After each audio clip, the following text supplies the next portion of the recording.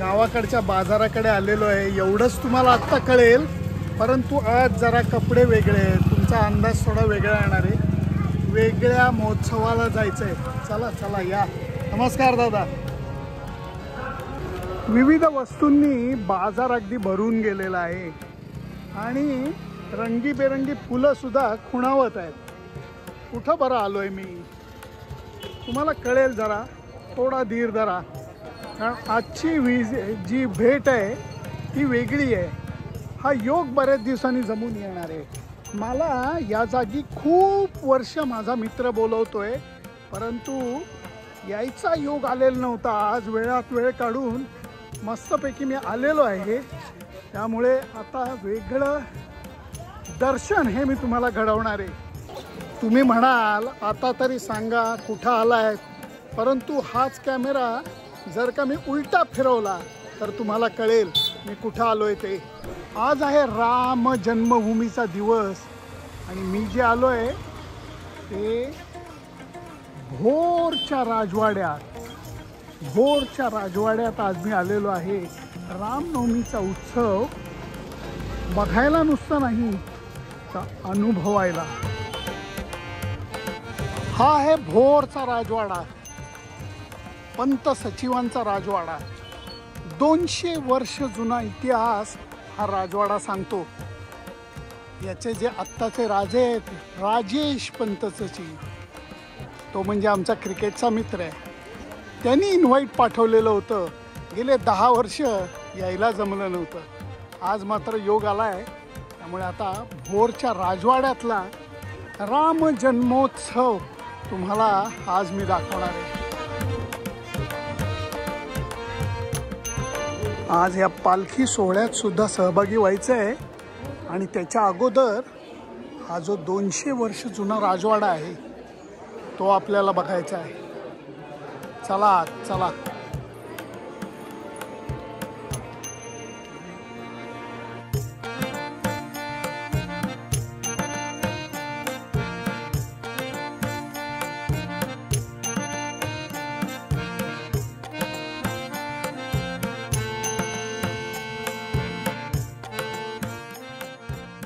वाड्यात आम्ही आलेलो आहे आणि ज्याला आम्ही म्हणतो राजेश पंत्या, तो म्हणजे इथला राजा आहे, राजा. त्यामुळे आत्ता राजे साहेबांचं दर्शन घ्यायला आम्ही चाललेलो.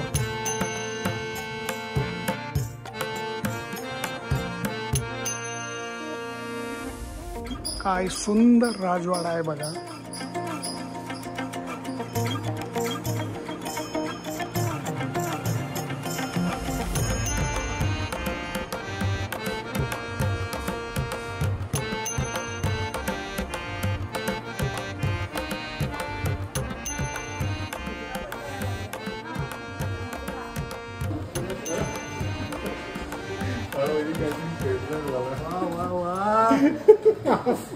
क्या बात है.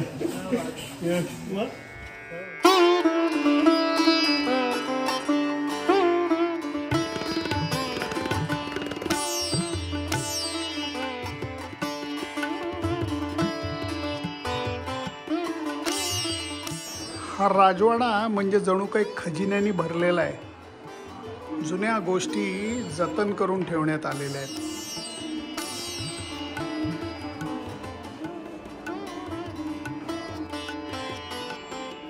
वाह वाह वाह वाह.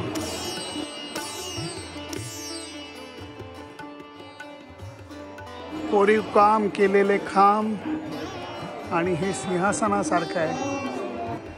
हा आहे खरा दरबार. हा किती सुंदर, किती सुंदर. तुम्ही एक एक नक्षीकाम तर बघा.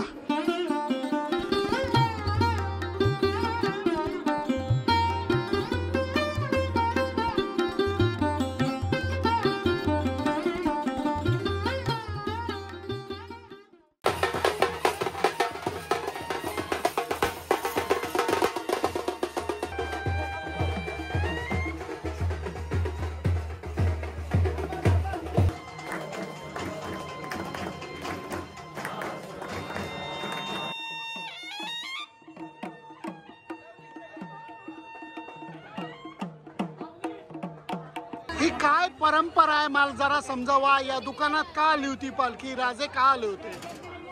आमच्याकडे मान आहे, गेले 10 वर्ष आमच्याकडे मान आहे. हां साधारणपणे रामनवमीचा 300 वर्षापूर्वीची रामनवमीची परंपरा आहे. हां आमच्याकडे पॉलिश करून इथून राम जन्मासाठी इथून राम नेतो. बर बर इथं पहिली पूजा होती, बर आरती वगैरे करून मग इथून पालखी सोहळा नेला, हां मग तिथं राम जन्म करतो. बर बर बर बर म्हणून तर हे बघायला आलो होतो, हे अनुभवायला आलो होतो. त्यामुळे तुम्हाला सगळ्यांना भेटून खूप आनंद झाला. खूप धन्यवाद. माझी ही तिसरी पिढी आहे. हां माझ्या आजोबांपासून हे पूजाचं काम चालू आहे बर आणि आता हे मी तिसरी पिढी मी चालू आहे माझी. हां हे चांदीचं ताट, हे राजांचं सगळं, ते सगळं आम्ही घेऊन येतो इथे. हां इथनं पहिली रामाची आरती पहिली इथे होती हां आणि त्याच्यानंतर राम जन्माला राजवाड्यात जातो आणि हे बघून खूपच छान वाटतं. नाही नाही म्हणून तर हे आनंद घ्यायलाच आज आलोय.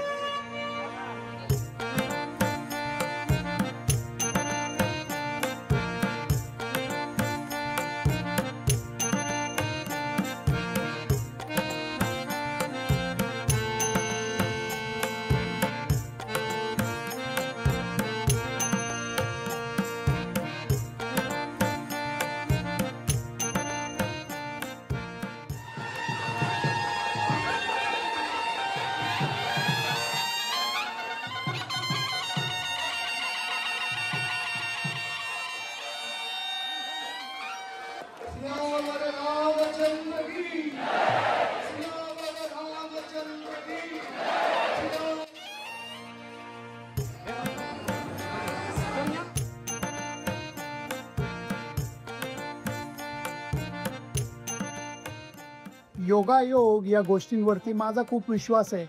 कारण गेले 20 वर्ष माझा मित्र राजेशराव पंतजी मला राम जन्म सोहळ्याला बोलवत होता आणि इतके वर्ष मला जमलेलं नव्हतं. या वर्षी मात्र जेव्हा त्यांनी मला संदेश पाठवलेला होता की येणार का, 6 तारखेला रामजन्म सोहळा आहे, रामनवमी आहे, यावेळेला म्हणलं अजिबात ही संधी चुकवायची नाही.